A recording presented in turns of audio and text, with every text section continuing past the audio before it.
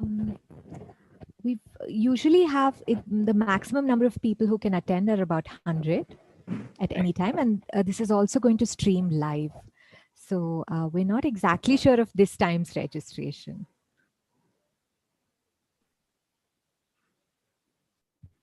Also, I just had one question. In case my presentation is much shorter than 20 minutes, I hope that's okay. That's perfectly fine. Yeah. I think you can It engage in won't a go beyond. conversation. It'll definitely be less than that. Okay, sounds good.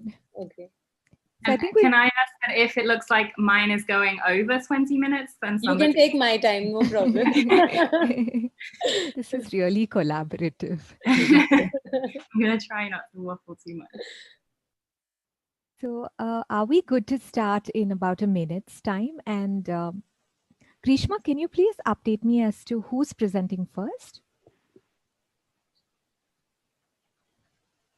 So Studio Karam is presenting first, and then would be Vishwa, and then it is Aditi. Okay, sounds good.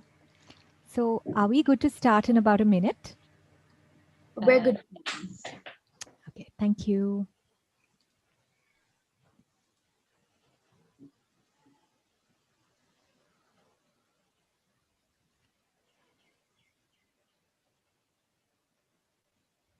Just started raining really heavy here, so I hope we kind of can keep the current long enough. Ah, yes.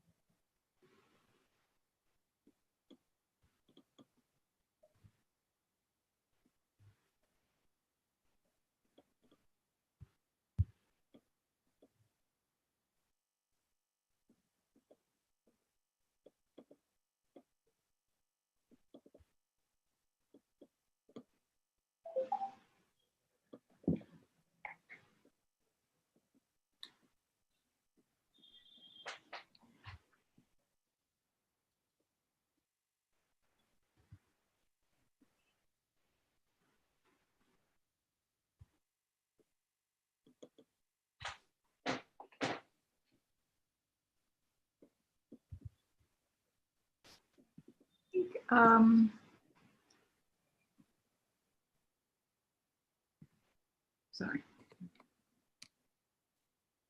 Ma'am, we're good to go.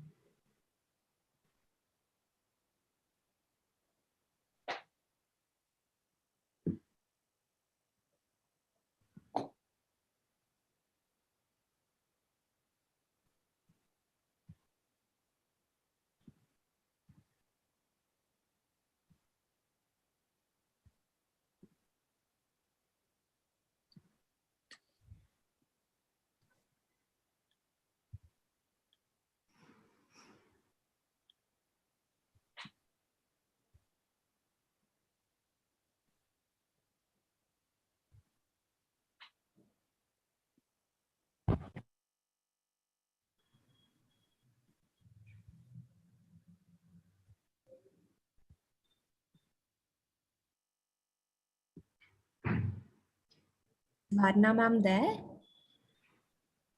I think I'm, hello? Hello? Can you hear me? Yes, we can hear you now. Issues unmuting. So please bear with me. I'm going to try to log in.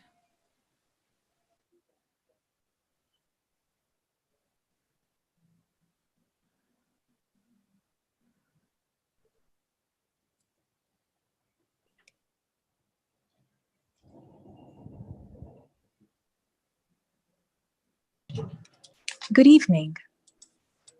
Welcome to Design United's 31st Design Conversation. In a socially distanced world, Design United is an optimistic digital platform for collaborative design and connection.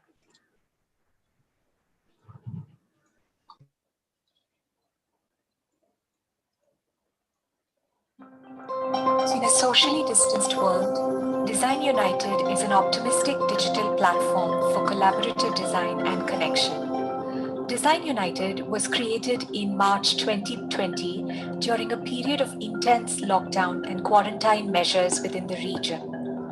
The aim behind Design United was to create an optimistic space for regional dialogue, connections, collaborations, and opportunities for young regional designers and design practices.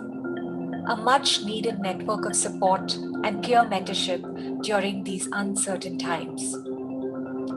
Talented young designers and design studios working on design innovation with an approach that is relevant to our South Asian region have been invited to be a part of the platform. We also encourage design students from the region to share their work, be involved in the dialogue, and to be an active part of Design United. Design United, most of all, believes in creating a community of designers and design knowledge that is largely contextual, with focus on contributing to the environment and our community. Design United believes greatly in a spirit of collaboration and idea exchange.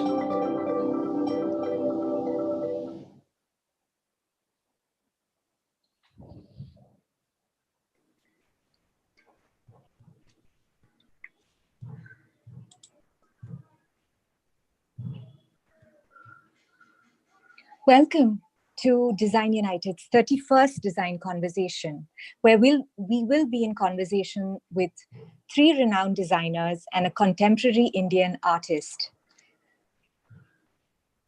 Thandapani and Priya Sundram from Studio Karam, Aditi Chadda from Indus People, and artist Vishwa Shroff from Square Feet Lab. I'm Varna Shashidhar, founder principal of a regional landscape practice, VSLA, based in Bengaluru. I'm supported by Claywork Spaces in this endeavor, also by my own Design United team and VSLA team in this endeavor. Design Conversation has featured talented emerging designers from our region, India, Nepal, Sri Lanka, Pakistan, selected for their innovative approaches and practices that have a deep resonance with the place they are from.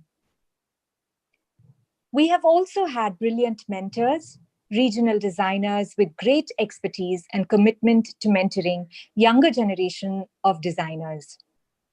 November 28th, we will have 2 incredible structural engineers from South Asia, Mr. Manjunath from India and engineer Mr. Deepal Vikramasinghe, who was Baba's associate, joining us to discuss the renovation of the Benthura Beach Hotel. Please also join us next Sunday for the very first Design United conference titled Small Measures, Great Impact. With this background to Design United, let us move to the much anticipated conversation for the day.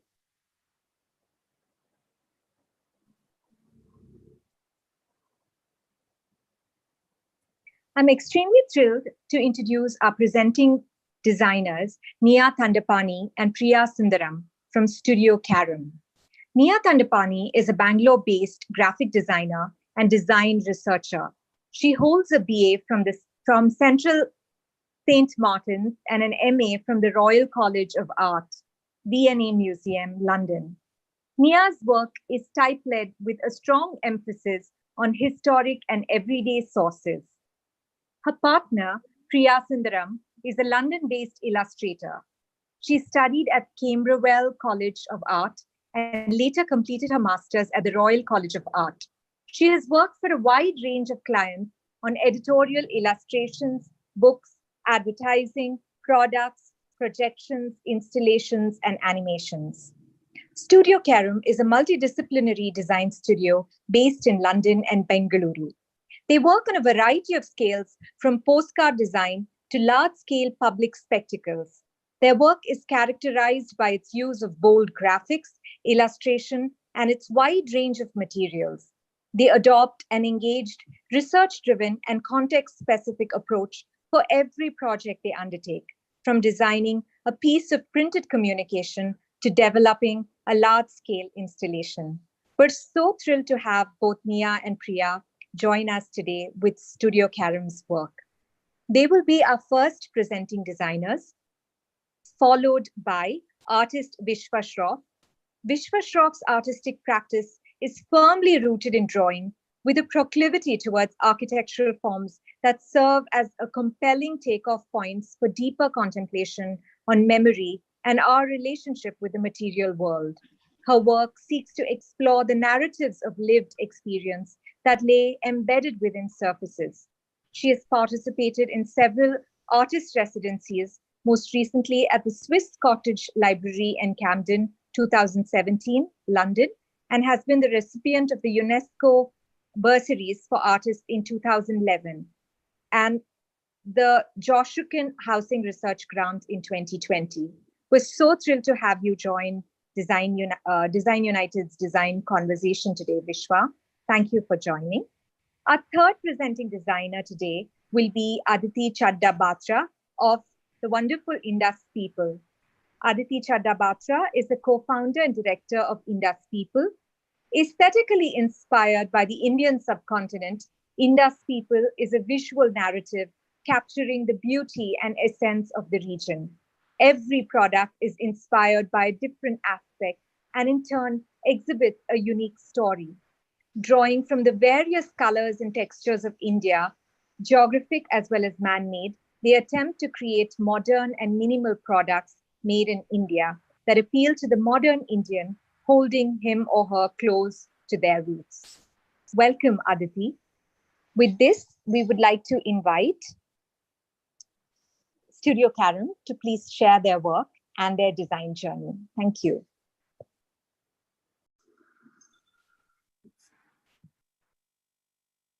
Just going to share my screen. Oops. It's the wrong screen, I think.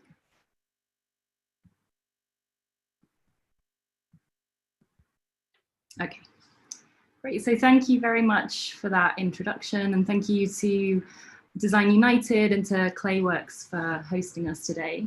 We were going to start with just our bios, but I think you've probably given a pretty good overview of who we are and where we come from. As you said, I come from a graphic design background, quite rooted in print design and in working. I originally started working with Tara Books in Chennai, and so I was kind of rooted in book design and print design along with sort of physical exhibitions, and I've since worked in kind of mostly print design, and now I'm based here in Bangalore.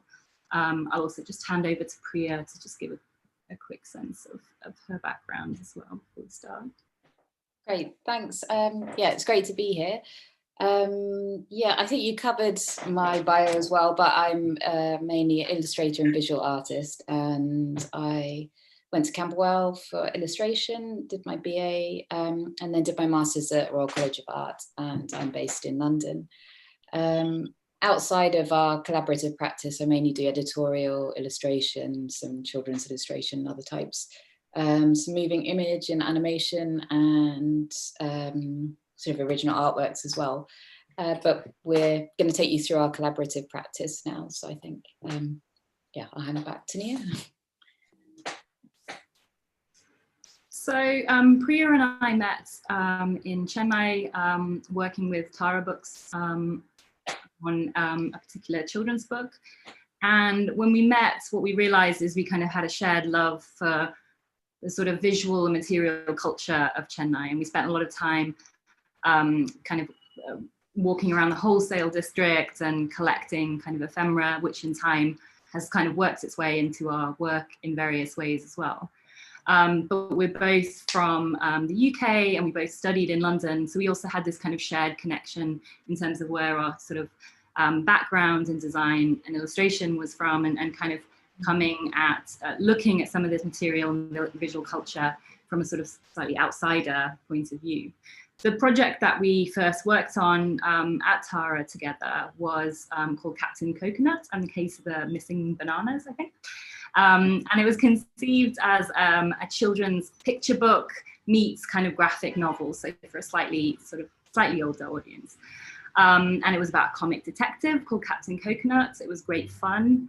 And what this project did for us as kind of designers now working together, designer and an illustrator working together, was it brought together our kind of background and our skill set in illustration in terms of Priya's work, and for me in terms of book design and typography.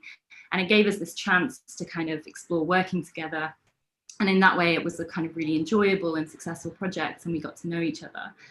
So these are just a couple of spreads from Captain Coconut. We had, sorry to interrupt you, I was just going to say we had quite a lot of freedom with this project in terms of sort of coming from a comic book angle as well as like book design. So it was quite experimental for us as well, I thought, or for me at least. Yeah, absolutely.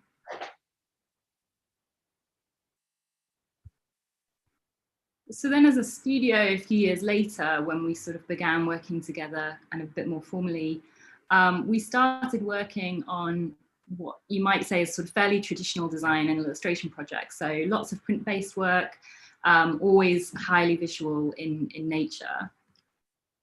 And this is just some promotional material we did for Darbar Festival, which is an Indian music festival in the UK, and that's kind of been successfully running for a number of years. And in 2017, they were touring the festival in Ravenna in Italy, hence the design that we worked on kind of brought together these bits of Italian architecture and patterns with the sort of South Asian instruments that were being played. At this time, we were both working across the UK and India, so Priya based in the UK and myself in India. And kind of bringing that together on projects in terms of where they were based and in terms of the sort of material that we were working with as well. So you can see this is a welcome kit for Blue Sakai coffee roasters at that time in Delhi and now kind of across India. And you can see with a project like this, our love for print and for the physical and the tactile coming through and kind of bringing together sort of a kind of rich mix of illustration and design and typography. So as a sort of collaborative practice, we were sort of really focused at this time on sort of visual and on print as well. And in some ways, this is kind of where our kind of collaborative work might have continued to develop. If it weren't for the UK India Year of Culture in 2016. So this was a year-long festival organised by the British Council to coincide with 70 years of the British Council in India. And we reached out to the council because we thought that our practice with Priya based in the UK and myself in India seemed to represent and resonate with some of the larger ideas that they had been kind of talking about in terms of the year. And so the project that we did with this initial project that we did that you can see on the screen really drew upon some of our earlier work and experience in terms of live events and in terms of projections. And through this, we had the opportunity to create an image to launch the Year of Culture. So this was using the facades of Buckingham Palace in London. And we were creating an image and it had to be something that would communicate India. It was for the launch.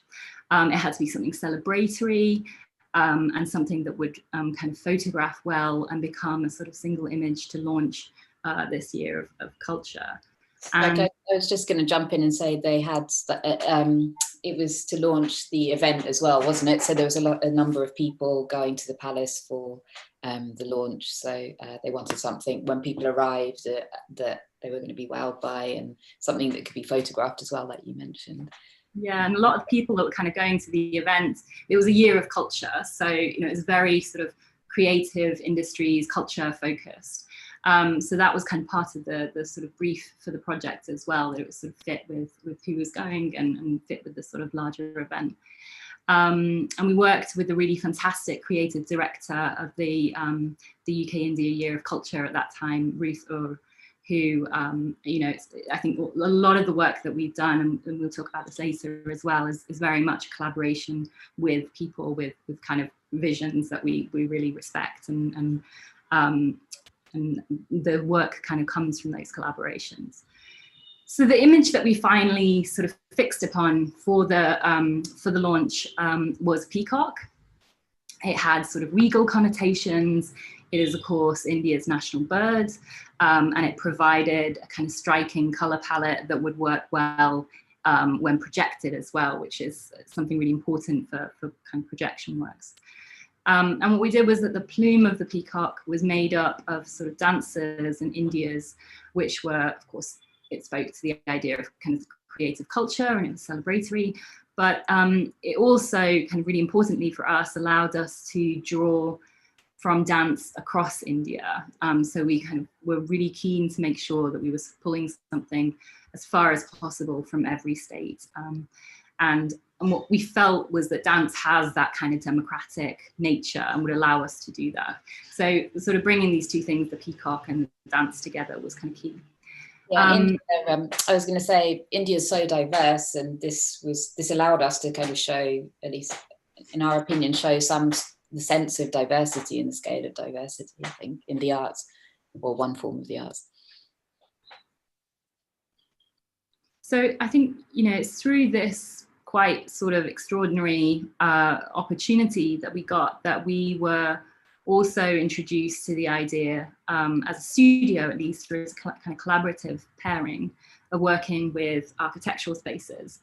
And as an aside, really, we also then created the projection for the launch event for the same Year of Culture, but the launch event in India that happened soon after.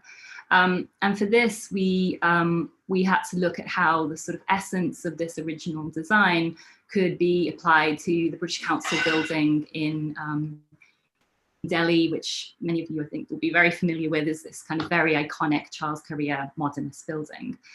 So that was a really interesting challenge for us, not only to make the kind of elements of the design work on this facade and this really iconic building, but it also had to work with the kind of really bold graphic Howard Hodgkin mural, which also dominates the exterior facade of the building.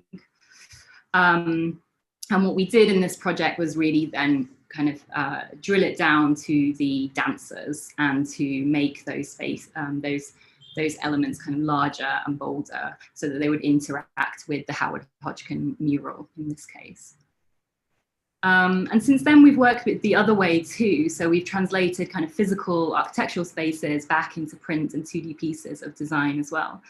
And you know, a good example of that is, again, I work with British Council in Delhi, this time focusing on the Howard Hodgkin's mural on the front of the building as the basis for the sort of visual elements or the visual aesthetic for one of their campaigns. So for anyone that doesn't know the Howard Hodgkin mural too well, it's a huge mural built into the front of the British Council building, into the sort of the sort of bricks and mortar facades of the building. And it's widely seen or understood to be kind of representative of the shadow of the banyan tree.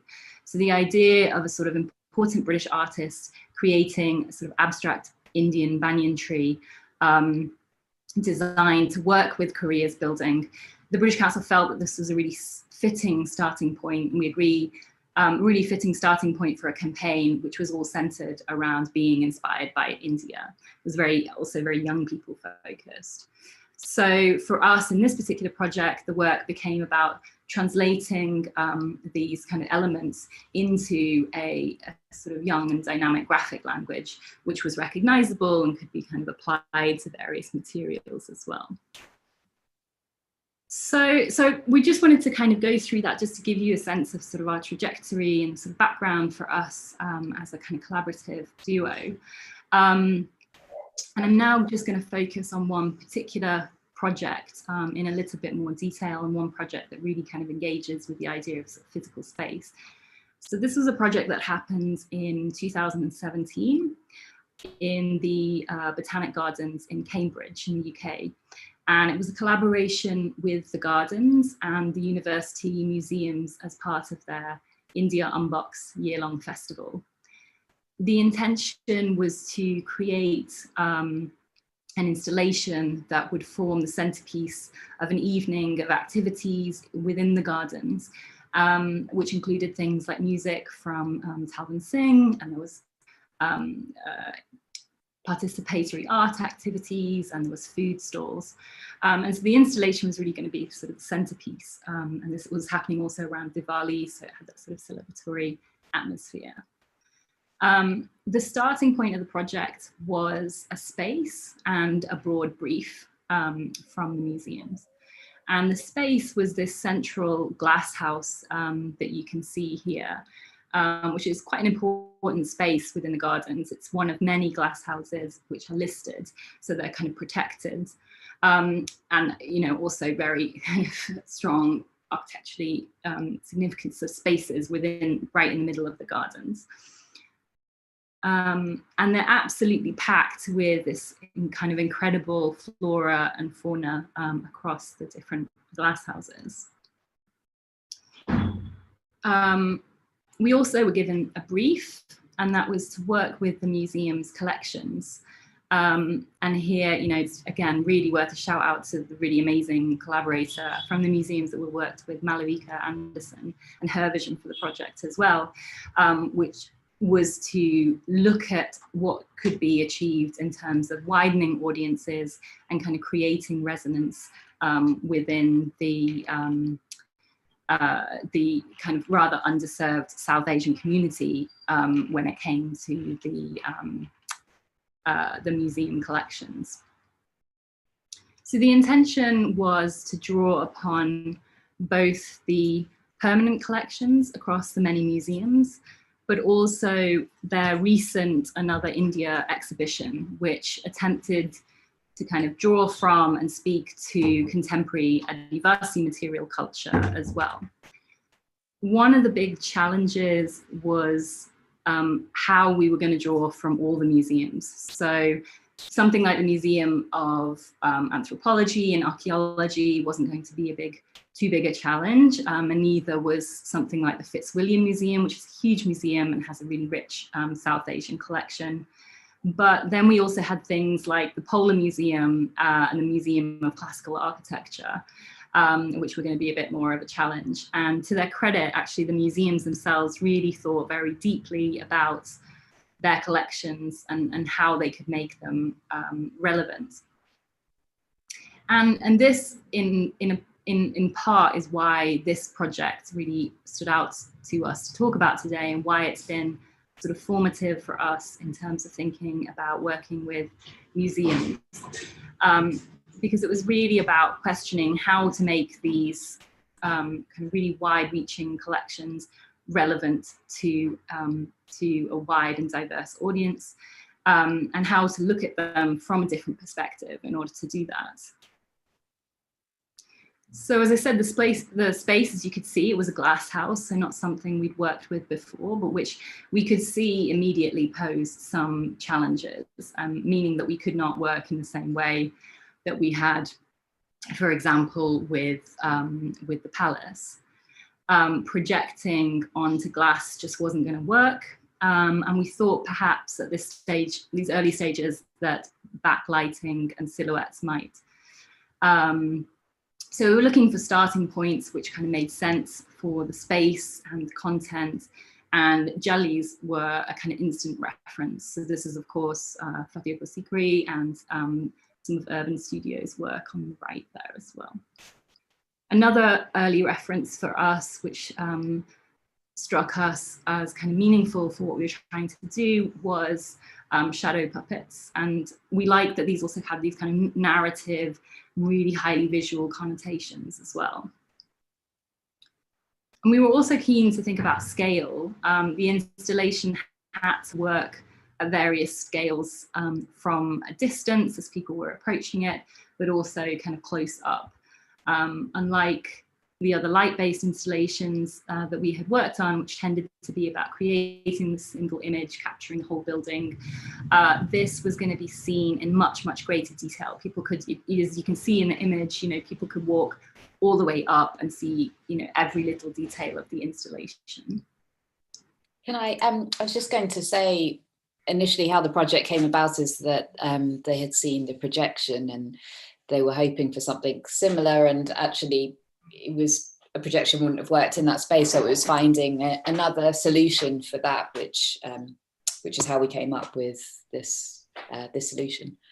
Yeah, and I think they liked this idea of working with lights. It was around Diwali, so that kind of made sense, and it made sense for us too. But exactly the same application wasn't going to work. So creatively, the idea that we settled on was a banyan tree, and this was, you know, partly coming from the structure of the building and what it suggested to us. It was partly coming from the context of the gardens, which besides the glass houses are kind of full of trees. And we also were looking for a form that could work on its own as a kind of single form, so the tree shape as a tree, but also encompass kind of smaller forms within its foliage and have that kind of level of detail and perhaps pattern and sort of narrative that we could bring in to kind of create that detail as people sort of walked up closer to the installation.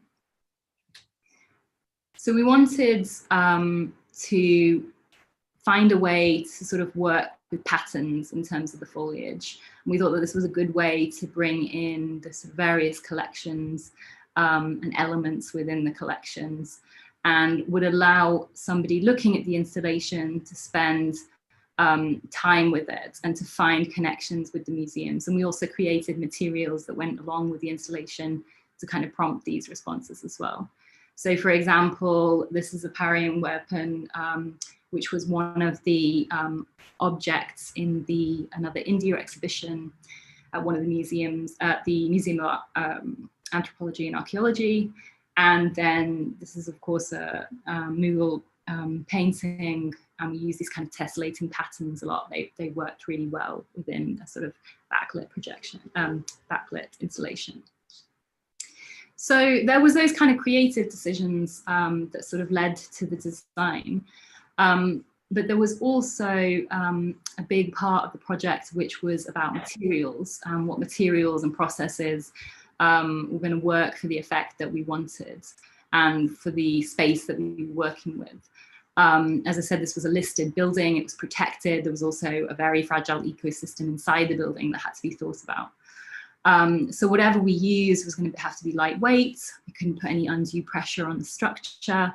It also needed to go up and down easily without any kind of specialist equipment and technicians. And so it was kind of the combination of these sort of creative decisions and practical decisions that led us to using felt. And this is the sort of felt that you get in the boots or the trunk of a car. So it's lightweight. It's got a really good opacity, which is what we needed in order to backlight it. It was also fairly easy to cut, either by hand or by laser, which is what we ended up using in the end to kind of achieve the level of detail and precision that we needed. So here you can see the installation from inside the glass house and how we eventually installed it. So fairly low fides, cable ties around the structure of the building, but that meant that it was really simple to install and to lift up onto those ladders and get into the space kind of quickly and get it down quickly. And then this is how it looked from the outside on the night as well. So this has got kind of a very light cotton fabric behind it to diffuse the light as well in order to achieve, as you would see with the kind of puppet, with shadow puppets as well, in order to sort of diffuse the light and highlight the silhouettes. And how it looked from a distance as well. So the kind of overall tree form. And actually what you can't see in this, which one of my favorite parts of the installation is that, again, to try and hide things within the structure, the sort of vines of the banyan tree, when you get up really close, you can notice that there are also snakes as well in there too. So it's really about kind of creating that experience sort of awe when you walk up to it, but also something that you can spend some time with. We were very lucky that it got some really good press coverage and was featured in the media, but also gave us a chance to light it in the morning, which was not something we had planned to do. But we were, really sort of pleased with, because it had this kind of really beautiful sunset effect as well, and was kind of one of those sort of serendipitous kind of chance things that happen sometimes with projects where you can see it working in a different way as well, potentially for a future project. So just to really quickly close, the thing about that project, as I said, it was quite formative for us in terms of working with museums, which is something we've done since, and in terms of thinking about audience and ensuring that our work is kind of relevant and speaks to sort of diverse audience as possible. And this has kind of really impacted on our sort of most recent project with the William Morris Gallery. So this is a gallery in London, small to medium gallery, showcasing the work of William Morris, who is a 19th century designer that many consider to be sort of quintessentially British. And in our proposal to the gallery for their Artist in Residence programme, we questioned how we might think about the legacy of such a designer, and what his relevance might be, especially to the gallery's surroundings now, which are really diverse and really multicultural. I mean, they also include a big South Asian community, don't they? Yeah, there's a Tamil temple next door that we got to know really well, literally neighbours with the gallery. So yeah, I mean, we were really fortunate to get the residency and spend quite a lot of time with the collections, kind of considering many of the sort of visual and kind of conceptual connections between Morris and South Asia. And that was in terms of things like processes, like the dye printing process, the indigo process, in terms of patterns, where we could see a lot of connection between Morris's patterns and Indian block printed patterns. And also in terms of the relationship between Britain and India in the last part of the 19th century, which of course Morris, that's the context that he was working within, and especially in terms of art and crafts. So something like this image is kind of fairly representative of some of the things that we were looking at. This is on the left-hand side, a fairly sort of good example of some of Morris's book printing works. And on the right-hand side, this is a 19th century lithographed Urdu page from India. And we feel that there is kind of a strong connection. And I think what for me is really important about these images is that if what is kind of quintessentially Morris is that he includes all this like rich pattern, then can we really claim that that's somehow quintessentially British when you see that rich level of detail in something like the page on the right. So we're really interested in kind of questioning these sort of connections, and questioning how we look at something and how that makes us kind of sort of see it in a certain way. So this is a project that kind of continues some of the ideas that a project like Cambridge began for us. And as I said, it really became about thinking for us about how you make museum collections relevant and accessible. And this is now leading to an exhibition at the gallery that sort of brings together some of this kind of more research-based work and exploratory work that we did on residency to create a new piece of work by us as a practice. So thank you very much. I'll leave it there. I think I've gone slightly over time, but thanks. Thank you so much, Nia and Priya, for sharing your beautiful work. Extremely diverse and exciting range of work that you showed us. Also, that which highlights the nature of truly a collaborative practice. We found your work both strong visually and conceptually, and thank you very much again for sharing your design journey with us. Thank you. With this, I would like to invite artist Vishwa Shroff to please share her work and your approach. Thank you. Hi. So, firstly, thank you, Design United, for inviting me to do this. Also, thank you for this wonderful presentation we've just had. I'm going to share my screen.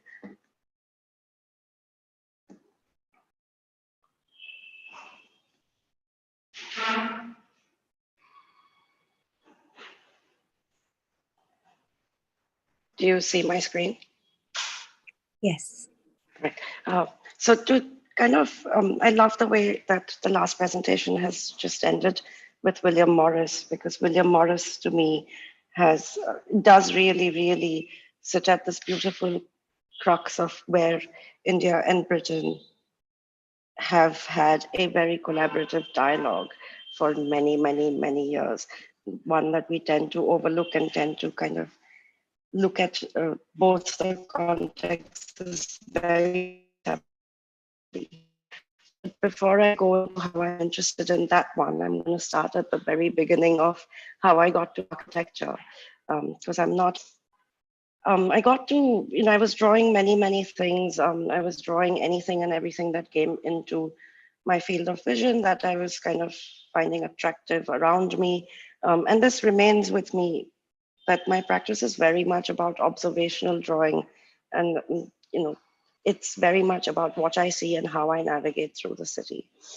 So here it is, one of the early works, about 10 years ago, this was, where I had been drawing a lot of pigeons, and the pigeons literally led me to architecture.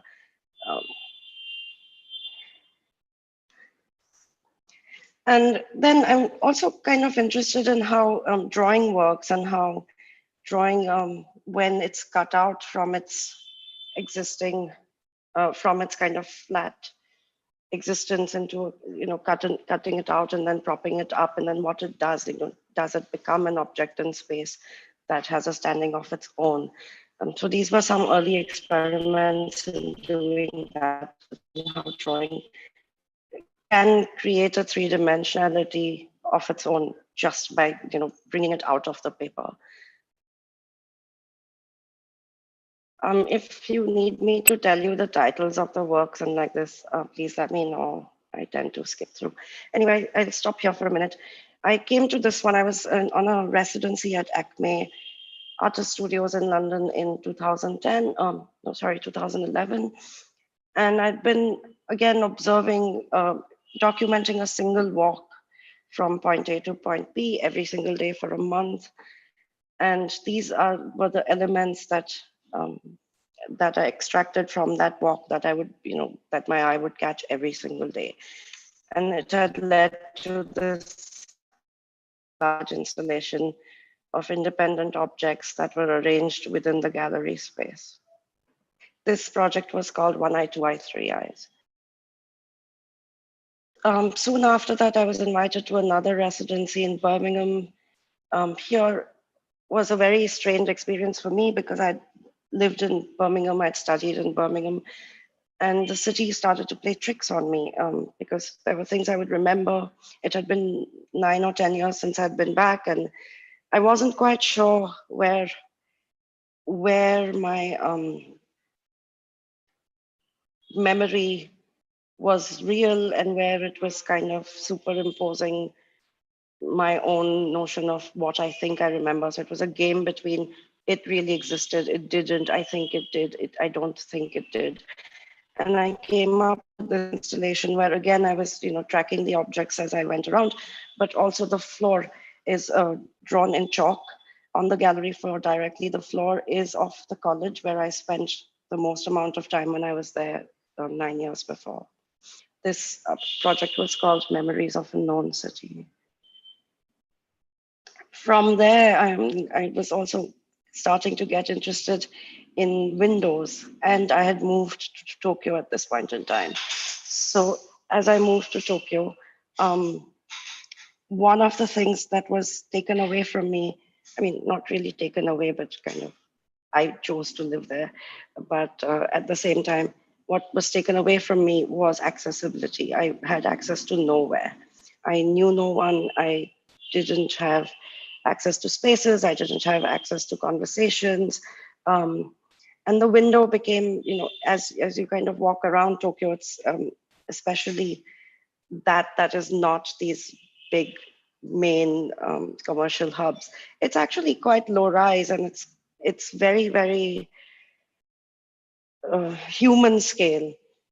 And so they use their windows, as they do in Bombay as well, as storage spaces. And I found this very interesting.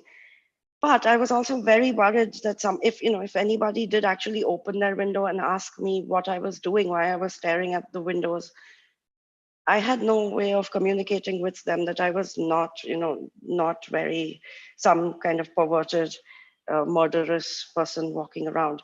And so this body of work dealt with this idea of the window being a threshold, but also the window, you couldn't see the work without seeing yourself in it. And this to me was interesting. This work was called Voyeur. Just before I had moved to Tokyo, I'd been walking around with my partner one day in London, where we'd been living before. And I asked him what these beautiful black tarp covered walls were called. And he said party walls. And I thought, oh, what a wonderful word that is, party walls. And then I learned later on that they're actually partisan walls of buildings that have been demolished.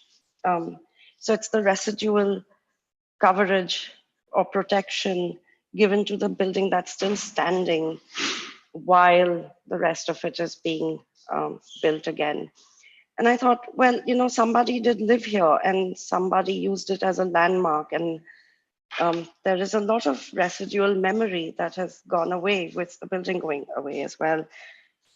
And I got interested in how these party walls and the materiality of it still resonated and brought through it the mnemonic aspect that would have been the building that stood in front of it just a little while before. So this is London party walls, and I continued working on party walls. I still work on them. This was the Tokyo series of the party walls.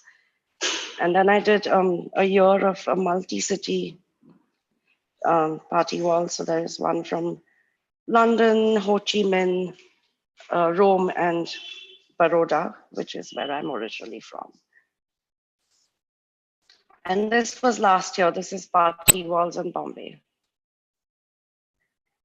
The other kind of aspect that I was interested in is, again, like what happens to the buildings once you have occupied them, once the architect is done and they've moved out, and what happens to them? Does the building retain the memory of its occupants? Does the building somehow become a repository of those memories that are left behind as material evidence? So this is a walkthrough that I did in the Victoria Albert Museum Sculpture Court. It's a long gallery.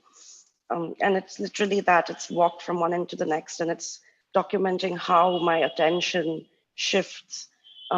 At the same time, I'd also started to get interested in how late 18th century, early 19th century architects actually experimented with drawing. And they also had similar experiments happening with furniture makers and other such craftsmen, so to speak. It was a very different way of drawing, where they kind of flipped the drawings open. The plan was opened up to fit in objects and furnitures and furnishings and all of this. So I kind of have been looking at how they're drawn. Here is a detail of the Victoria Albert floor.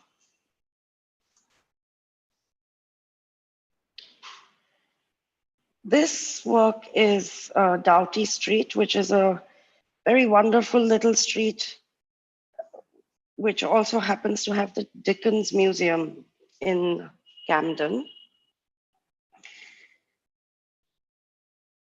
And it's a street of 52 doors, all of which have these beautiful porches which have been altered over time. And I have been, as I said, I've been interested in how architecture alters as it lives on, and it alters almost without its occupants. So that's the detail of that one. I'll show you one more detail from the Doughty Street series. It was I think there were 62 works of this one. That's it installed somewhere. Following that, this is the Camden Library, which is now also the Camden Arts Center. This is the gallery floor of that. Also incredible floor that has been altered so much over time, and it just holds such beautiful residue. Unfortunately, I do not have a detailed shot of this one. And this one is Camden Town Hall. To me, this one was particularly interesting because it was, firstly, technically, I was doing something with watercolor that I had never done before, but also because here there was only a partial access. And I got interested in this, of how my own accessibility changes the ways in which I can draw something or I cannot draw something. And so the drawing itself is also, it becomes, it kind of moves away from the way in which architects draw, in the sense that it becomes fictitious. It has a lot of missing information, and it's only the visual information that I've been able to record which gets represented. This has been the most recent work that I've made. These are floors in Bombay. There are various buildings that I have drawn in Bombay now. What I've been interested in since moving to Bombay 3 years ago has also been this relationship, and here's where William Morris comes into play, how there has been a continuous relationship between the two countries, which get overlooked, negated, or simply separated for the sake of nationalistic dialogues. And I'm kind of interested in how we live with very physical evidence of these exchanges, of the collaboration, of the, by no means am I claiming that everything of the empire was good. A lot of it was quite terrible, but nonetheless, there remains a residue that cannot be ignored, that cannot, I speak the way I do because of it. I live the way I do because of it. I kind of read what I do because of it. And that is very, very much important in who I am, but also how a lot of other people who live in cities like Bombay, like Chennai, like Calcutta, really are. This was a project where I was invited to, so it's a new museum that has opened up in my hometown, Baroda. It's an industrial shed. It used to be a distillery shed for a pharmaceutical company. And they have now converted the space into the museum. And I was wondering about how in this new museum in an old building, with my ongoing interests in floors and residual architecture, would work. And what I came up with then was basically giving it another layer of history, almost an illusionary or fictitious history, where I draw a floor. It's a drawn floor, it doesn't exist. So we took off some of the floor tiles, and then I draw this floor on it. And I made a plan for that. So I as if this was an original plan. But then the two walls on either side, they are the walls in their current state. So it contradicts this idea of the floor being older than it is. And the other aspect of my practice has been to make books. For the books, I mostly work in collaboration with my partner, Katsushi Goto. We started making books in 2008. This was our first book. The one on the very left was our first book. It's called Fragment. At this point in time, we wanted to make a book. We didn't know what our content would be, but we were interested in the idea of the book itself, the structure of the book. And so we experimented with the structure in a way that would allow the book to not be an isolated activity, but would allow it to connect to other people. The drawings within it as well, they're quite scattered, picked from my sketchbook with the intention that you could keep adding to this book as time went by. The second one is a very simple flip book. It was part of another exhibition which acknowledged and lovingly acknowledged the chaiwalas in around our college in Baroda. And the third one is a book called The Pigeon Coop and the Pigeon Detective. So there are actually two books which have the same illustrations, slightly changed in the order of their appearance. The narrative is that of a girl looking at a pigeon, and the other book is the pigeon looking at the girl, and they're basically two narrations to the same event. Again, this was very much the beginning of how I got interested in how histories are told and how histories get manipulated by the narrator. This book came about in 2011, also all the books are in collaboration with my partner. This book was called Room. My partner was exploring how we could possibly make a physical architectural structure within a book format. And what I was interested in is how you can tell a story of a person occupying the space without actually ever having the protagonist in the book.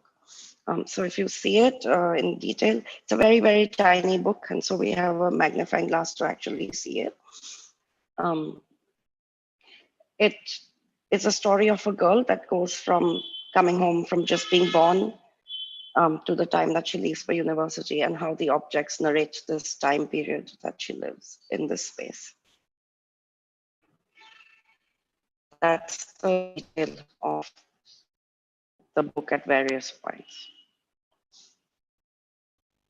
The book that we did after that, it's called Postulating Premises.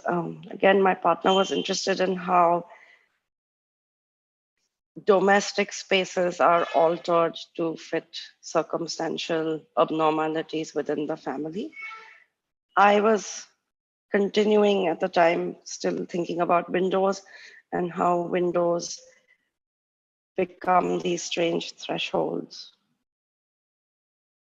And when we designed the book as a point perspective book that works like a Victorian toy theater, so that when you arrange the book pages at a 1-inch distance, it actually creates the physical space as seen here.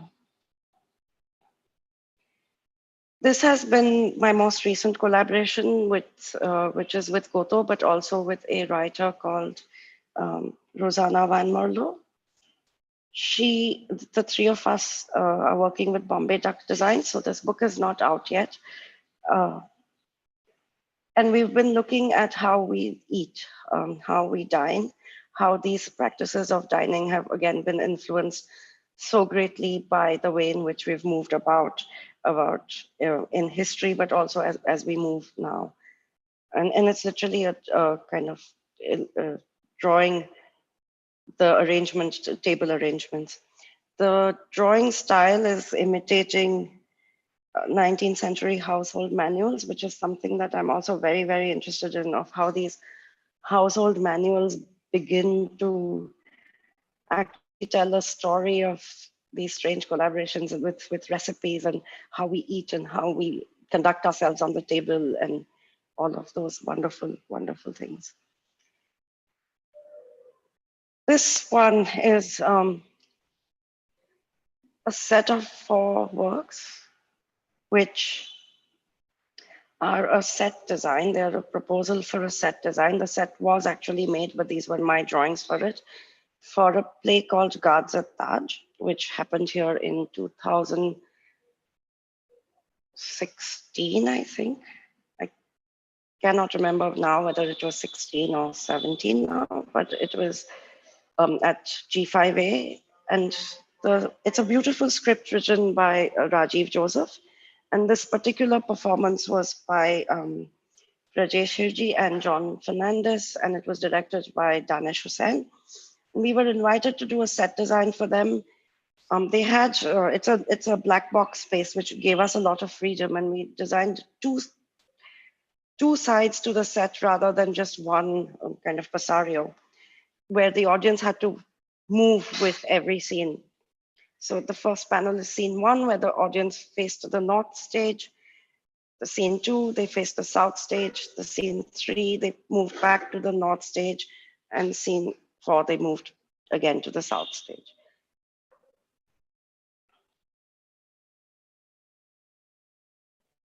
Since then, and with kitchens on our mind, we've been working towards an installation that should be up and about in 2022. It emulates our home kitchen, which you can see in the little panels, the drawings that we've been making about how we eat. And it's an installation that emulates a kitchen in a garden space for a museum in East London. That's the model for it.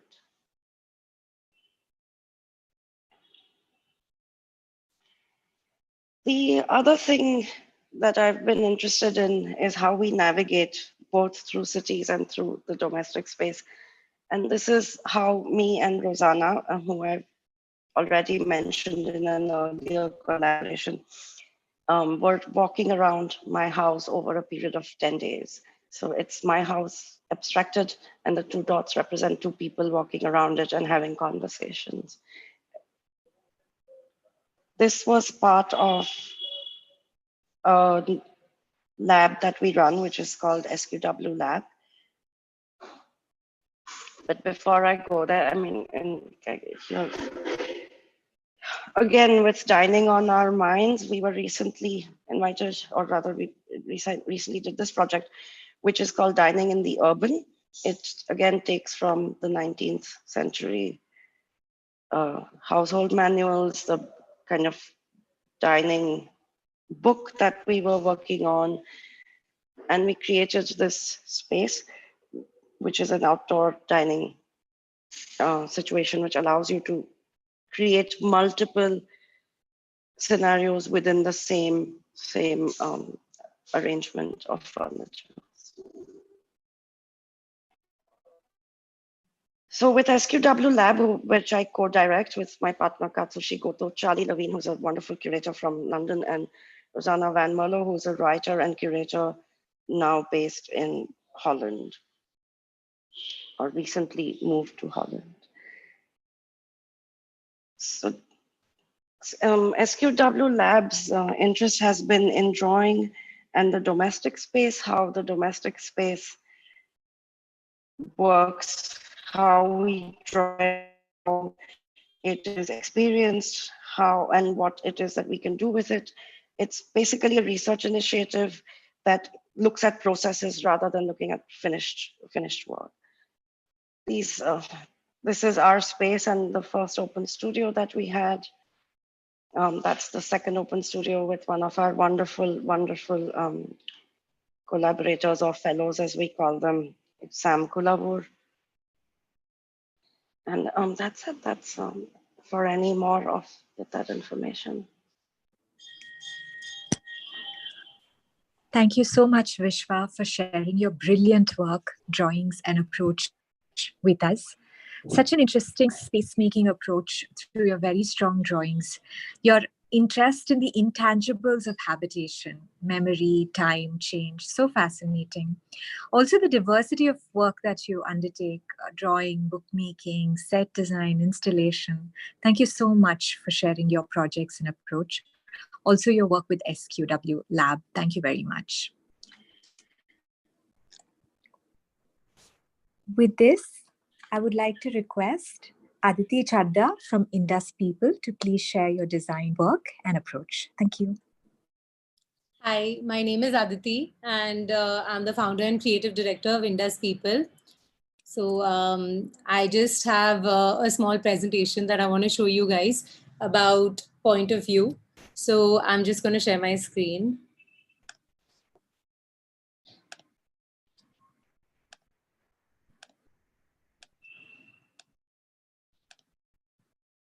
Yeah, I hope you all can see the screen. So basically, when Design United approached me for this presentation and they asked me what the topic would be, this is something that's very close to my heart, like point of view. So I use that as the subject of my presentation. And I feel that everyone has an independent point of view that they need to translate into, that they generally translate into whatever they do in life, whether it's something creative or whether it's any small decision. It's based on a point of view and an independent point of view that every single person has. So like basically what is a point of view? So say if there's a story, a writer can have multiple points of view. Like it could be his own point of view, it could be him writing about someone else's point of view, or it could be his point of view of another person. So that way, like I feel that he could be like, you see the world and you see different products and you see different people in a very different manner. Everyone has their own perspective. For example, like now if there's a crack on a wall, somebody might see that as the wall is damaged, or they might think that that wall needs repair. But for me, like say if I see a crack in the wall, it could inspire me to create something using that. So that's my point of view. It's my perspective, it's the way I look at things, and everyone has a different way of looking at different things. And I feel it's very important for people to have a point of view. So, and every story is written from a certain point of view, and your brand is your story, and that is your point of view. So for example, if there is a class of 60 people and they all are given the same brief, so now everybody will sort of execute their brief in their own manner. So you will have 60 different creatives coming out of that same brief, which means that everyone has a different perspective of looking at the same product. So when I started Indus People, I wanted the brand to sort of represent different things that are inspired by India, and I wanted to do it in my own manner. Now, there are many brands that are already doing things which are inspired from India. Even in fact, Studio Karen spoke about like a lot of their interesting work, which is inspired by India. So that reflected in their graphics and their illustrations.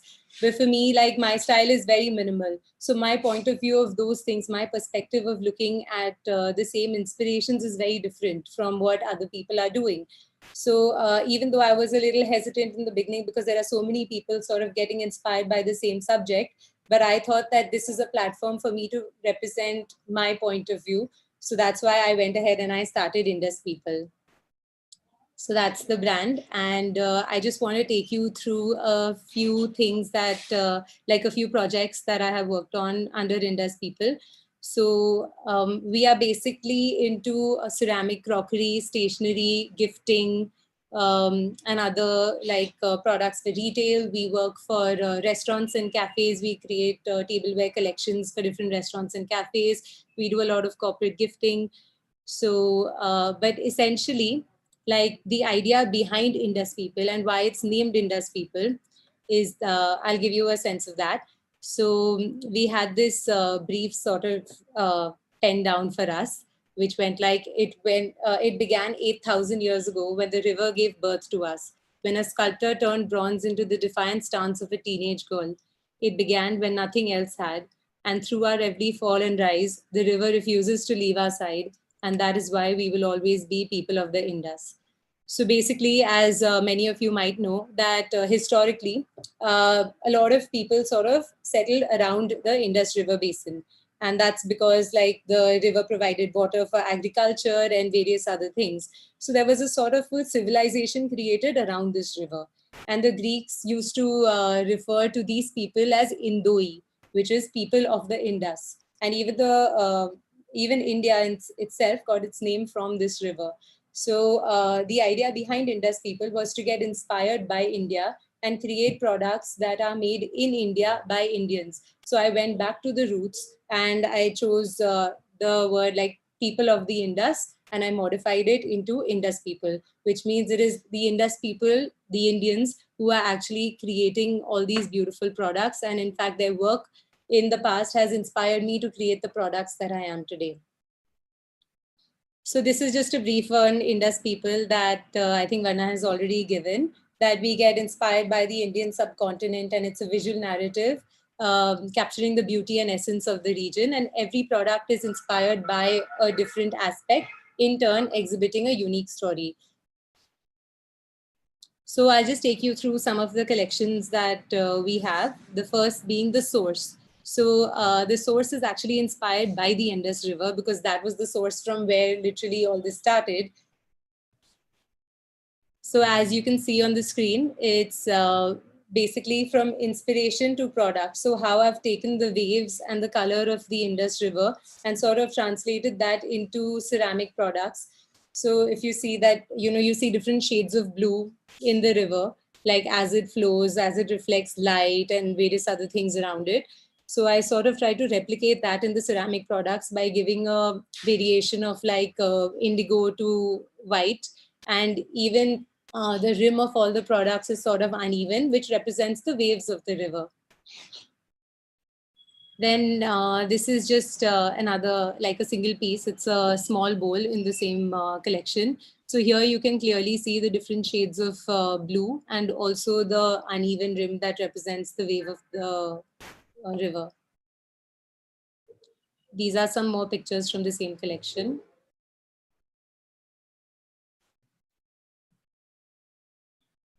So as you can see, like if I have to talk about my point of view or my perspective, like my design style is very minimal, and I didn't want it to be very out there or very defined. I just wanted to get like a sort of gist of inspiration, and just express that in a very minimal and in a very subtle way. So when you look at the product, it doesn't scream Indus River to you. If I look at this plate, it's not going to scream that it's inspired by the Indus River. That's the backstory that goes along with it. It's a beautiful plate for people to use, or a beautiful bowl for people to use, but it has a backstory. It has my point of view attached to it. The next collection is the Confluence. This is sort of an extension to the previous collection itself. So in the Confluence collection, what we've done is basically it's inspired from, this is the confluence of the Indus and the Zanskar rivers in Ladakh. That's the point where both the rivers meet. So I actually wanted to show it in a very artistic manner rather than showing it for what it is. So I represented it in a way that two colors are mixing to show that two rivers are coming together. So you can see indigo and ivory glazes mixing together to create this product. So this gave birth to our Confluence collection. So again, the products in this collection have that little uneven, wavy kind of shape because it's still inspired from the same story, from the same river. So it's an extension of the previous collection, just glazed differently because the idea behind it was different. These are some more pictures.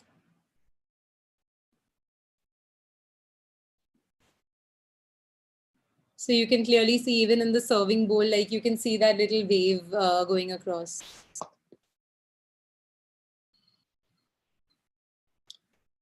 So another collection that we worked on was called Dip in the Ganga. So Dip in the Ganga is actually inspired by Varanasi and the fact that people go to Varanasi to take a holy dip in the Ganga river. And everyone offers like marigold petals and their prayers and all when they take a dip in the river. So I sort of wanted to use that entire story and that narrative. I wanted to reflect that in the tableware that we created for this collection. So I've just got a small film that I'll play for you, which like represents this.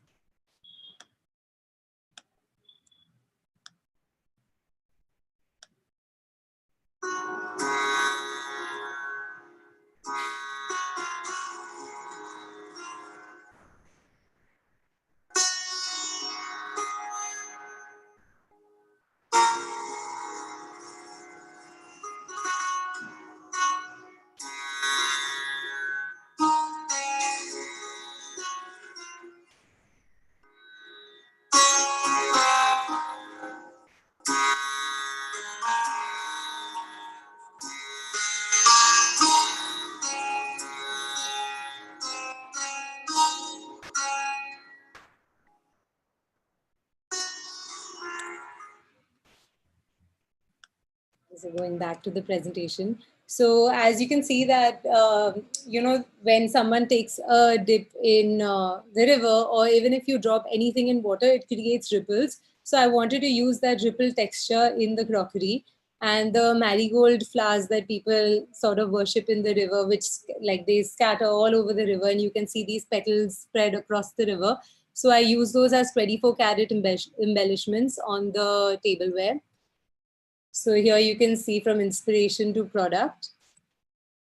So that was the tableware range that we created. So if you can see the petals, those are actually like marigold petals that I drew out, and then we converted that into like 24 karat decals that we pasted on the tableware. And even the colors of this collection are inspired by the colors of Varanasi. Like you see these pale pink walls, you see a lot of beige, a lot of ivory. So I sort of used those colors as inspiration for the colors in this range. Next up is a collection on stationery that we also did. So this is called City Gradients. So like every city in India has, it speaks a unique language. It has its own design language. It has its own colors and its own graphics. So this is like a very, very minimal, simple representation of that. I have taken 4 different cities in India, and I've sort of created gradients using the different colors that you'll end up seeing in these cities, that the prominent colors mostly that you see in these cities. So I'll take you through some of those. So that's Jaipur. So you see a lot of the pink in Jaipur. So basically, like Jaipur was painted pink, a terracotta pink, in order to welcome the Prince of Wales and Queen Victoria in 1876. And it like pink is a very welcoming color. So literally all the buildings were painted pink. And because I think everyone liked it that way, they decided to maintain it that way. And today Jaipur is known as the Pink City of India. So I just used a very pink to beige gradient for this notebook. Next is Jodhpur. So Jodhpur is known as the blue city of India. So here you see a lot of mix of like beige and blue houses. So here basically like blue in Jodhpur has many different reasons. Like there's no one single reason why, people can point out that Jodhpur is known as the blue city. So some say that it's because blue is the color of Lord Shiva. Then many people say that blue has a very cooling effect, and because Jodhpur is in Rajasthan, which is a desert, it gets really hot. So it sort of like reflects the rays of the sun. And many people say blue wards off termites and other insects. So which is why you see a prominent shade of blue throughout Jodhpur. So I've used this blue and beige combination to create this gradient. Next is Ladakh. So in like Ladakh is very popular for the Pangong Tso Lake, which is known as the Lake of Changing Colors. And it actually moves from like aqua to brown to beige to different shades of red. Like you can see various reflections. It's a clear lake. So you can see the reflections of the mountains behind. So that's why this notebook has a very aqua to beige kind of a gradient. And then the last one is Varanasi. So in Varanasi, the color saffron is really prominent. Saffron is the color for Hinduism. It also represents fire and purity. So in Varanasi, you will see the saffron color like very prominently. A lot of the saints wear saffron robes also. So like I use this saffron to beige combination. A lot of the temples are actually like beige sandstone in color. So then I use this saffron to beige combination to create the gradient for this notebook. So basically, like these are just a few collections that we retail on our website as well. And apart from this, I also create unique collections for different restaurants and cafes, wherein we work directly with them in order to create like a sort of unique collection for them, speaking their brand language and what they want to represent, basically narrating their story. And I feel design is an expression, and everyone has their own expression, everyone has their own point of view. So there is really no right or wrong in any, like if you're representing your perspective, it can't be wrong, it's your perspective. Like even with me, my perspective, my point of view is very like I look at things in a very minimal artistic kind of manner and I sort of represent them that way. But for someone else, they can look at something very differently, or they can look at the same thing that I'm looking at, but express it very differently. So I feel that, if you are about to start a brand, or you're say starting a project, and you want to get inspired by something, don't think that what you're trying to do is going to be wrong or anything like that. It's your perspective, it's the way you are looking at it. And I think every designer, every creator should have their own perspective and voice their opinion and translate that into design or whatever they do in a daily manner. That's it. It's a very small and simple presentation, but yeah, that's about it. You can take over, Varna. Thank you so much, Aditi, for sharing your beautiful work, your journey, and the narrative and concepts behind your wonderful products at Indus People. Really appreciate it. Thank you. So with this, we would like to open our session for conversation. We would like to invite the audience to share your questions for our presenting creatives. I'm also very happy to introduce our two moderators for this conversation.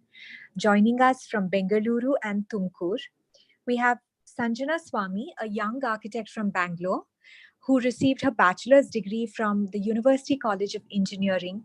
Sanjana shares an interest in sustainable design and biophilia.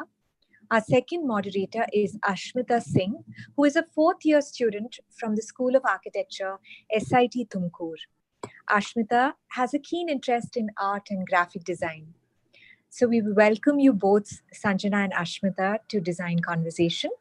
With this, we can move to the conversation segment. Thank you.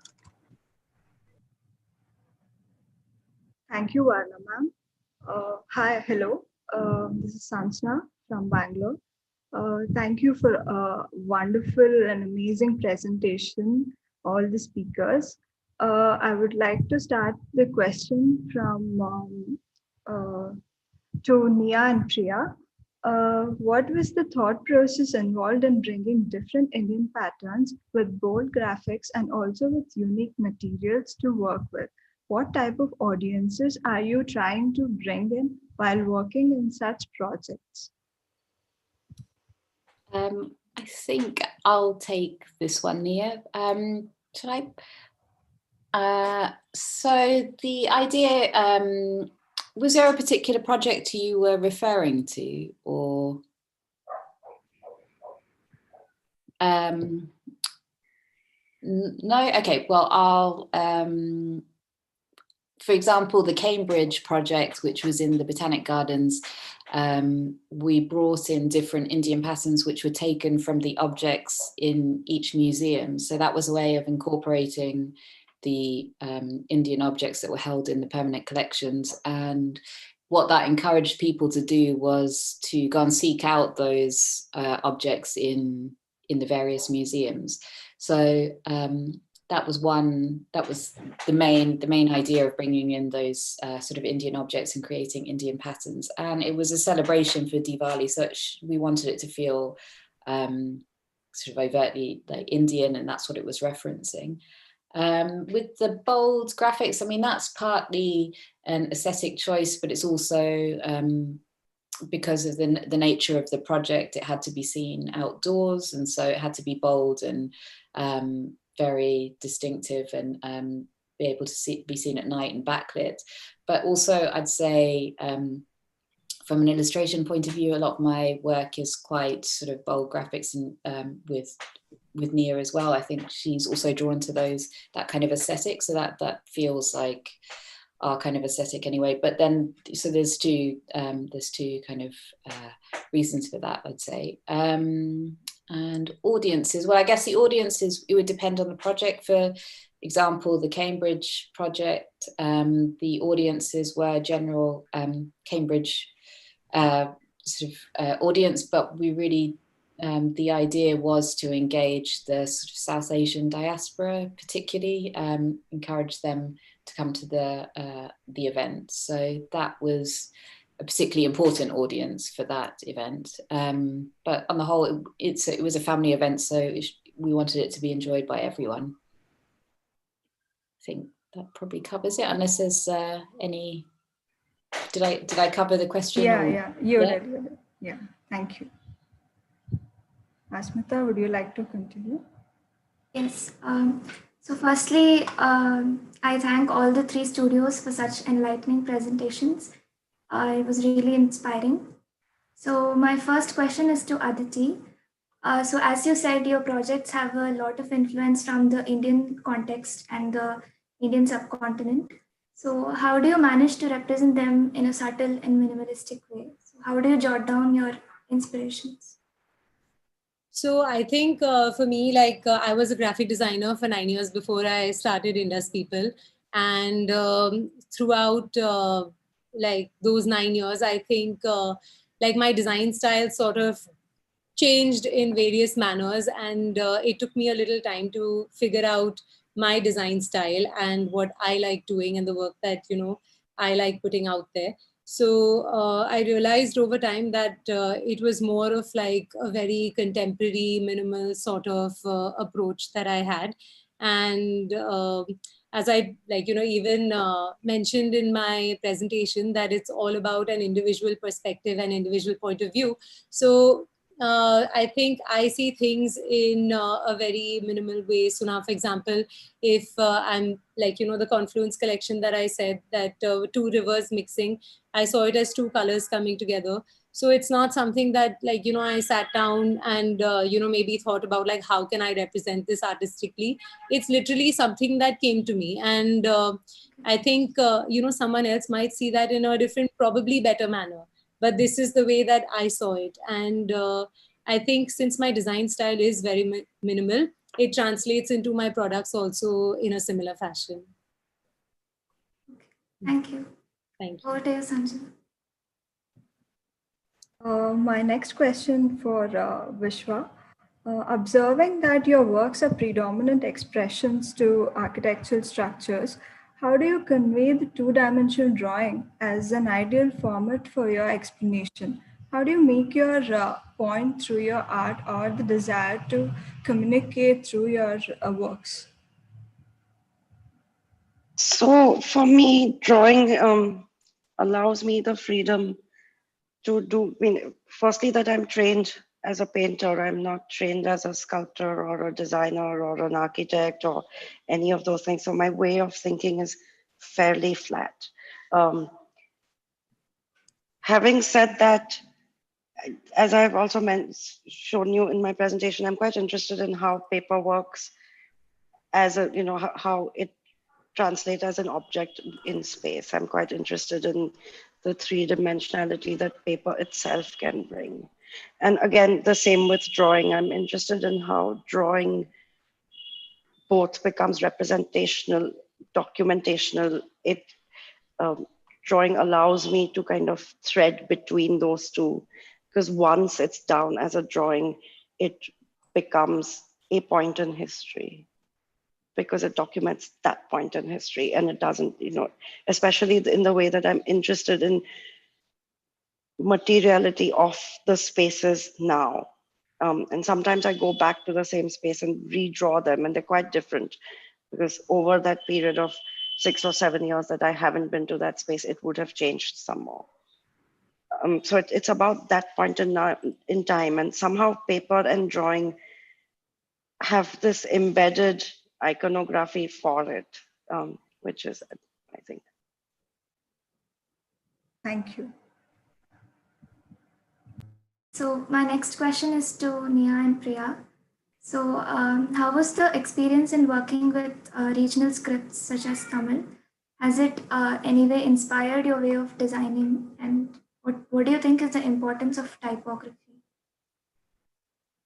I think so. I'll take this one. It's quite a sort of design type question.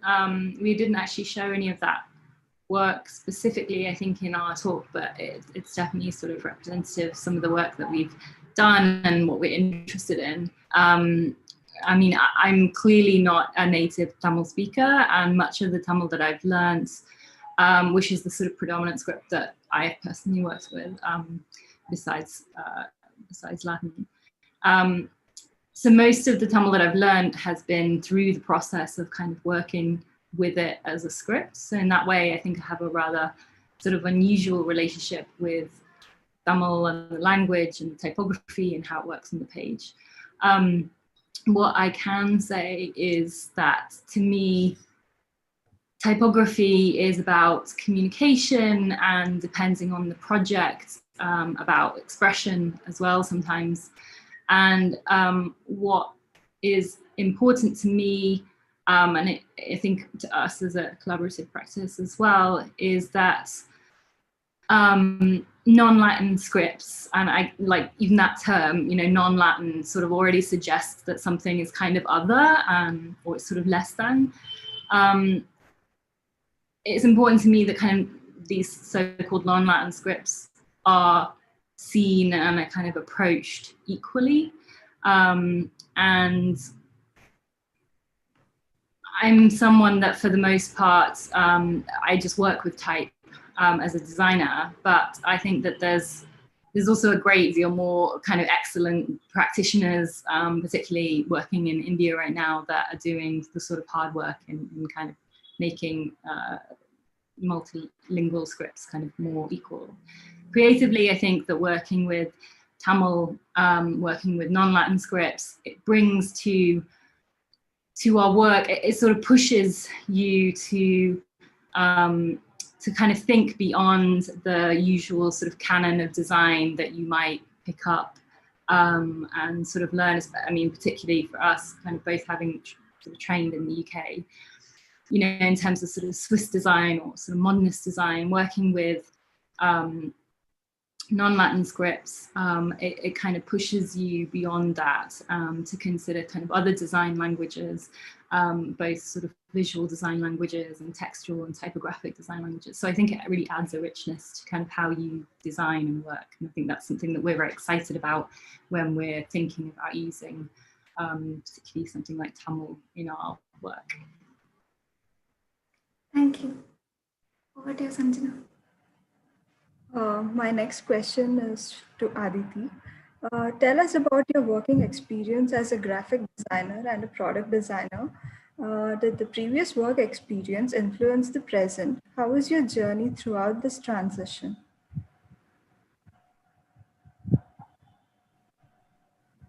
Yeah. So basically, I feel that yes, in terms of design, a lot of the work that I did earlier does influence like the kind of design that I'm doing now. But I think once you move from being a graphic designer to creating your own studio, sort of being an entrepreneur, I think there are many other things that change along with that. Like as a graphic designer, I was glued to my computer and it was just me doing all the work. And here it's like, if you're running a studio, you have to delegate work, you have vendors working for you. So it's very different. So it's not only managing your efficiency and your laptop, you're managing the efficiency of an entire team and a lot of other vendors as well that go along with that, which is a task. It is a really big task here. But that's been one major learning and a major difference from like being a graphic designer. And also for me, I think since it was just me doing all the work on my laptop earlier as a graphic designer, it's very difficult for me to let go of things like, you know, or delegate work. So like I was a perfectionist even when I worked as a graphic designer. So now if I see something amiss, like sometimes, you know, it's just a business decision to just let it go. But I feel that is something that I'm still learning to do. I haven't yet achieved that, but that's one big change. And then also, like there are many other things that, for example, when you are working as a graphic designer, you are responsible for all the work that you're putting out there. Like, you know, if you haven't completed it, you stay up all night and you complete that work. But here you're so dependent on so many other factors and so many other people that most of the time I think I just land up apologizing to a lot of clients for like mistakes that aren't even my own. So it's about like just taking ownership for like literally everything that is associated with your company. And yeah, I think it's, I mean, how much ever I complain, I think it's a lot of fun and it is a huge learning experience. And I don't think any business school can teach you what you actually experience when you start your own business. In fact, for me, I think the first Indus People is now 2 years old. I think the first year of Indus People, I sort of ran it as a graphic designer. there were many business decisions which I probably didn't take back then. But I think after the first year, it was a huge learning curve for me the first year. And then moving into the second year, I think now I'm slowly transitioning into an entrepreneur. And still, my core is a graphic designer, but I think I'm transitioning into an entrepreneur slowly. I hope to be a successful one day. I You hope that definitely are. answers it. Yeah, you did. Thank you. Over to you, Asmita. Yeah, so my next question is to Vishwa. So your works represent the kind of intangible connect people have with the spaces. So what is your thought process like while trying to convert these emotions and experiences into a two-dimensional drawing? So my work is really not about emotions at all. So that's really not a problem for me. But what I am interested in is how there is material evidence of existence that gets left behind, even and that tells a story that allows you to make a narrative, even if you never ever meet the person that occupied that space. So that's the narrative that I work with.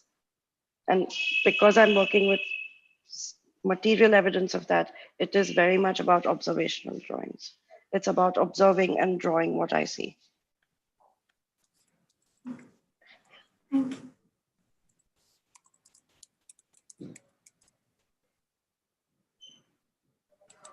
Sanjana, could you take the next one? Yeah, thank you.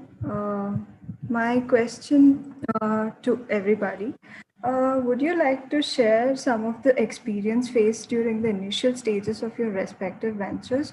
What would you tell to the young designers about the same?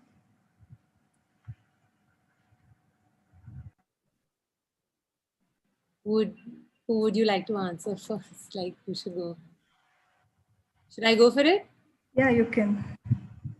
Okay, so basically, I just feel that, as I mentioned earlier also, that I transitioned from a graphic designer to sort of starting a business.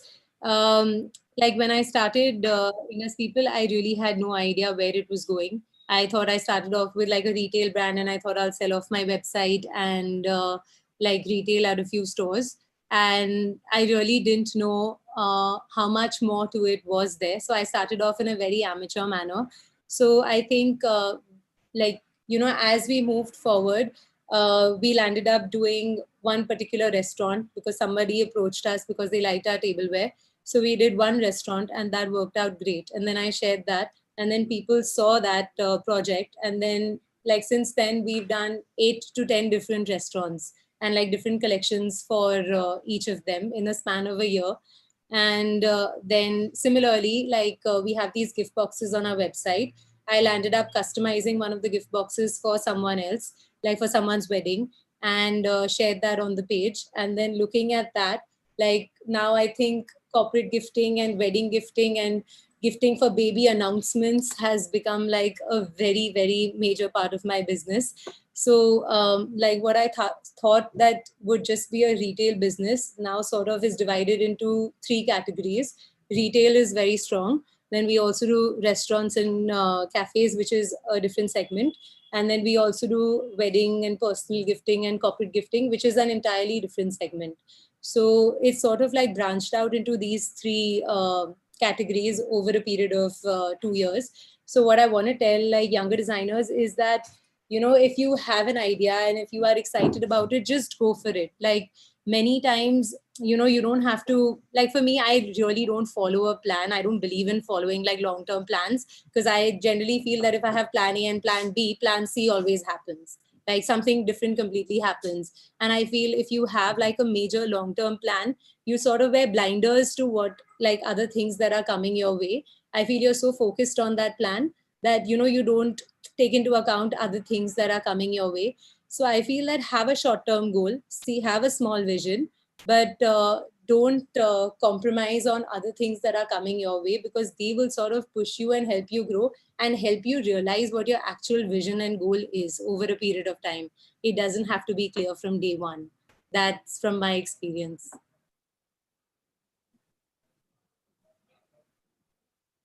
Thank you, Aditi. Nia and Priya, would you like to answer this?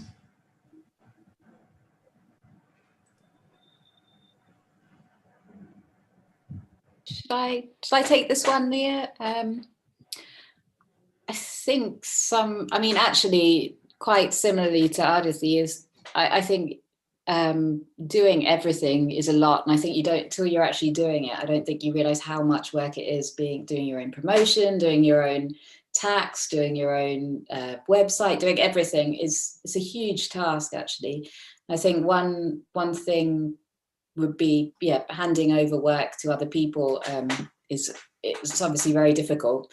But delegating is one big thing. And I think one thing that worked very well for us, I think, is doing our research. And it does with all our projects. They're all quite well researched. We really enjoy that part of the project, and we always start with that.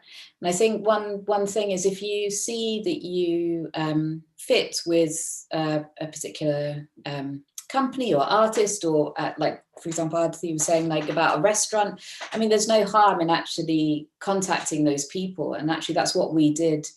For example, the British Council, the Year of Culture, we got in touch with them and said, we're perfect for some of the stuff you're doing. And that really worked out well for us. And it has done for a lot of projects. If you see some connection, do your research, get in touch with the right people if you can, and be respectful of their time, and put all the right information in front of them in a concise manner, and make it easy for them to work with you. I think that worked really well for us and continues to. And you get to choose, you get to kind of navigate who you work with and how you want your business to grow and how you want your practice to grow. So I think I personally would recommend doing that. I don't know if that's Yeah, you do. What about Vishwa for this question? Would you like? Well, I will agree with Priya. I think research is extremely important, and reaching out there to people who you think like you, and to make it easy for them to approach you or to work with you is rather important. Having said that, I work solo and I don't work with a team. I don't run a studio, so to speak. So. So the next question is to everyone as well. So although your practices span varied design fields, the intentions behind each project has been very clear. So what would be your advice for young designers who would want to run a multidisciplinary practice? Would like to go first? Could I ask you to just repeat the question once more? Yes, so although your practices span varied design fields, the intentions behind each project has been very clear. So what would be the advice for young designers who would want to run such a multidisciplinary practice?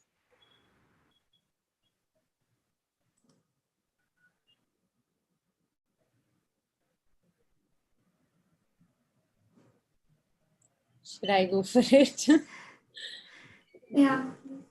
So basically, I think, the fact that the vision is clear is something that you are seeing, and that's not something that we sort of experience. Like, I think any creative person, when they're given a brief, there is no clear vision. Like, you have to do, as everyone on this panel mentioned, you have to do a lot of research, and you have to sort of like go to the drawing board and like do multiple sketches, and then that's how you finally come up with the final result that is translated into your work, which is seen by people. But like, I feel to reach that sort of level and that clarity, there's a lot of work that goes into it, and something that for sure is research. And also I feel like getting someone else's perspective like really helps. So for me, when we're working as a team also, like probably sitting together, bouncing off ideas, I think, rather than working solo, for me, it's much better to sort of sit with my team and we bounce off ideas, and that's how we come up with certain things.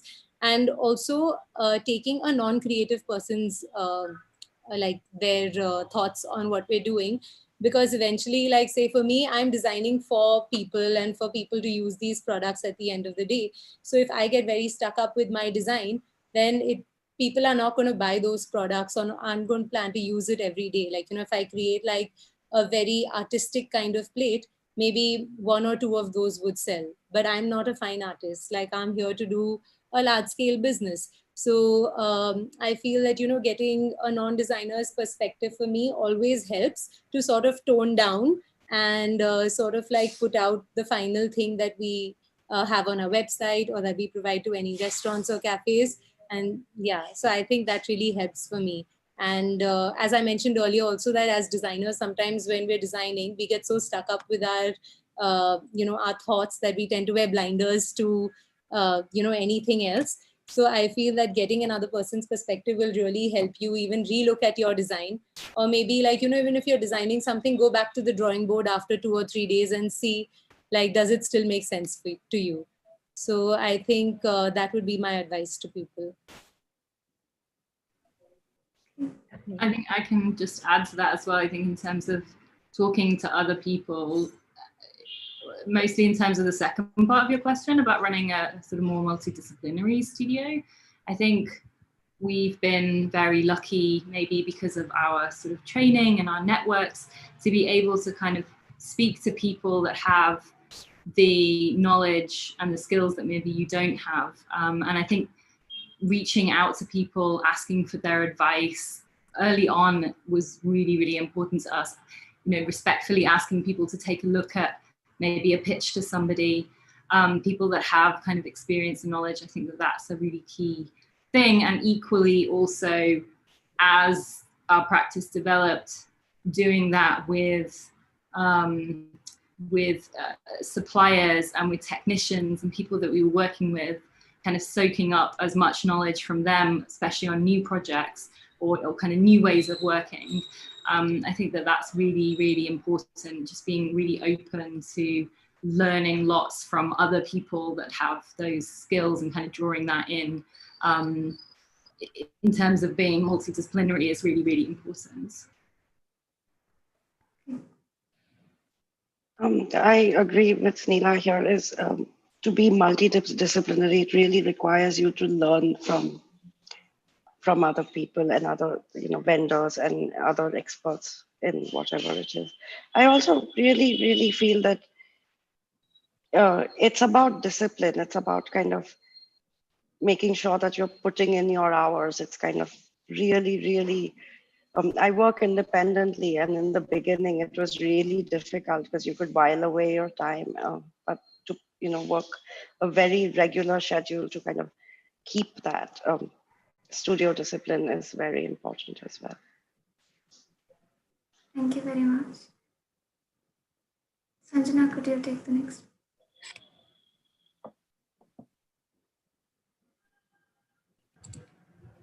I think we'll wind up this session for now. Over to Varna ma'am.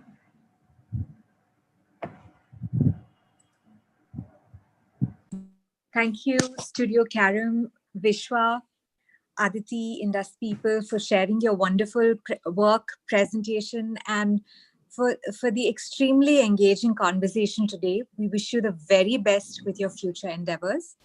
Thank you to our moderators for engaging our speakers in this extremely enlightening conversation. Thanks to the audience for participating. Have a good evening and see you next week. Kavindu from our Design United team will share our upcoming series of events. Thank you so much. Thank you. Kavindu has got logged off, so I'll be taking over. Thank you, Priya, Nia, Vishwa, and Aditi for your wonderful presentations today. Thanks to our moderators, Asmita and Sanjana, for an interesting and thought-provoking conversation. We'd like to extend our gratitude to Clayworks for supporting this webinar and all of our other webinars. So far, Design United has successfully completed 31 installments of Design Conversations, and we have many more exciting speakers lined up, with designers across the spectrum joining us to share their thoughts. So join us next week. We will be having our first ever digital conference, which is on the theme Small Measures, Great Impact. It will be on the 15th of November, and we would love for all of you to join us. This day of connection will bring together visionary and established designers, creative, talented, and emerging designers working within our region to share and engage in a dialogue. The aim will be to celebrate and discuss approaches of the designers rather than the individual projects, and to highlight collective efforts that are empathetic to the community and sensitive to the environment. The event is completely free, so we hope to see you there next week. We are joined by multidisciplinary designers in November, and pleased to have the spectacular engineer, Deepal, who has worked with the late Jeffrey Baba on his Kandalama Hotel. And he will be talking about the restoration of the Bentata Hotel in Sri Lanka. Along with Deepal, we will have the renowned Indian engineer, B.L. Manjunath, with two inspiring structural designers. Do also fill in a feedback form that will pop up on your browser about today's webinar, and join us and stay inspired. Also follow our speakers on their social media and Design Conversations on Instagram for our upcoming conversations. Until next time, thank you, stay safe, and take care. We request the speakers to stay online for a few minutes. Thank you.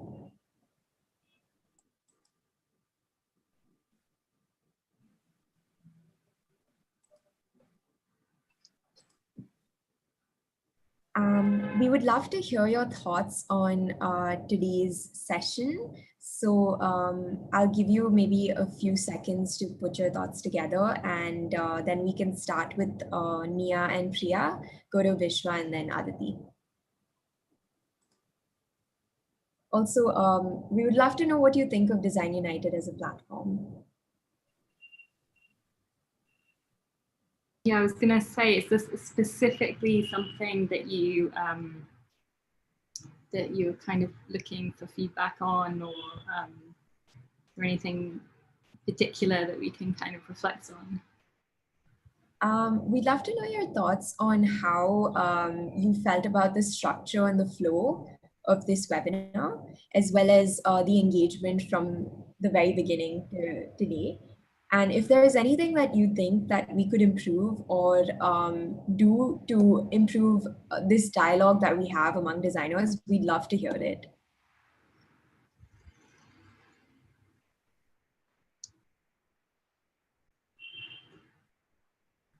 Just collect my thoughts.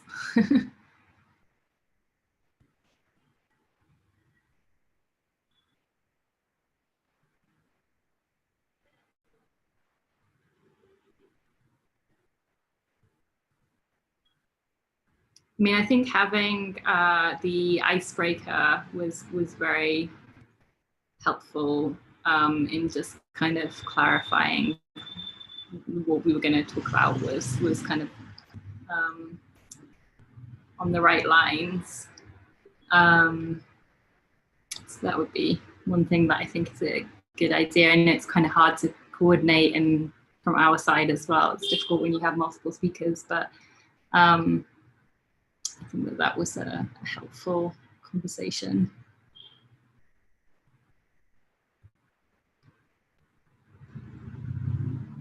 Priya, would you like to say? Yeah, I mean, I thought it was great. The only thing I'd say is potentially this was my mistake, but I feel that the first question perhaps was kind of concentrating on something we had already covered in our talk, so I might have just been repeating what we had covered, so that could have been my mistake as well. So I don't know if that might have been boring for people to listen to, I don't know. Yeah. Aditi, would you like to say something? I think you have to leave soon, so you could go next. Yeah, I just thought it was really inspiring, like seeing the other studios present their work and just being a part of such a good panel. I think I had a great time, and so much to learn from the other two studios as well. So I'm just glad that to be here. And I think what you guys are doing is great. I saw some of the earlier panel discussions that you had as well, some links that you guys had shared. And I think it's very inspiring, be it for students or even design professionals. Like, it's great what you guys are doing. So keep up the work. Thank you so much, Priya. No, sorry. Vishwa, would you like to say something? It's been wonderful to see everybody's presentation and to learn about their practices as well. Working as an artist sometimes gets rather isolating, and especially since you don't tend, like at least I don't tend to look at much design. You use it, but you don't actually look at what goes behind it. So it's wonderful to have been part of this.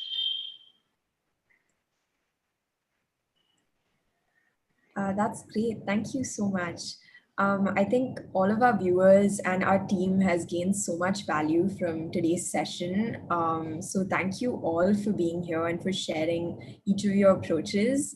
Thank you to our moderators, Sanjana and Asmita, for being here today to engage us. And I hope that we stay connected in the future, because DU at its essence is about connections. So yeah, I hope that we engage soon again. And on behalf of the DU team, thank you. And with that, we conclude the session today. Bye-bye. Thank you. Thanks, guys. Bye-bye. Thank you. Thank you.